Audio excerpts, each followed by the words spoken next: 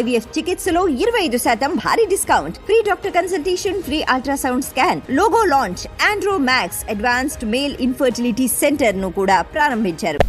Paris Olympics లో భారత hockey జట్టు దూకుడు కొనసాగుతోంది. క్వార్టర్ ఫైనల్లో ప్రపంచ నెంబర్ 2 బ్రిటన్ ను ఓడించి సెమీస్ కు చేరుకుంది. క్వార్టర్ ఫైనల్లో భారత్ 4-2 తేడాతో విజయం సాధించింది. తొలుత మ్యాచ్ 1-1తో టై అయింది. షూటౌట్ లో భారత్ 4-2తో గెలుపొందింది. తొలి క్వార్టర్లో ఇరు జట్లు గోల్ చేయలేదు. రెండో క్వార్టర్ ఆరంభమైన కాసేపటికే భారత డిఫెండర్ అమిత్ రోహిత్ దాస్ మ్యాచ్ కు దూరమయ్యాడు. హాకీ స్టిక్ తో బ్రిటన్ ఆటగాడి తలపై ఉద్దేశపూర్వకంగా కొట్టాడని భావించిన రెఫరీలు రోహిత్ దాస్ ను రెడ్ కార్డు ద్వారా బయటకు పంపించారు. దీంతో తర్వాత భారత్ 10 మందితోనే ఆడింది. 22వ నిమిషంలో captain Harman Preet Singh penalty corner ద్వారా గోల్ సాధించి భారత్ ను ఆధిక్యంలో నిలిపాడు.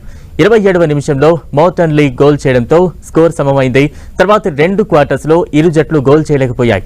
దీంతో మ్యాచ్ షూటౌట్ కు దారితీసింది.